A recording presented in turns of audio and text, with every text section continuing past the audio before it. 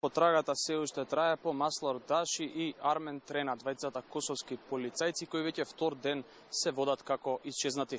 На терен од рано утринова македонски и косовски полициски сили активно ги бараат нивните тела со посебна опрема, со нуркачки екипи, со чамци, но и со припадници на единиците за специјални задачи Тигар во водите на реката Лепенец. Неколку часа на локацијата на која што се претпоставуваше дека можеби се нивните тела, неуспешно се бараа двајцата косовски полицајци. Како што кажав, по неколку часа екипите се откажаа и во моментов предвидено е да заминат на друга локација каде што претпоставуваат дека можеби се телата на двајцата полицајци. Работата инаку на македонската и на косовската полиција дополнително е отежната поради непристапноста на самиот терен, но и брзината на водата на реката Лепенец. Инаку, рано утринава покрај полициските сили присутни беа и заменикот министер за внатрешни работи Агим Нухију, но и градоначалникот на косовската општина Хани Елезит. Нухију истакна дека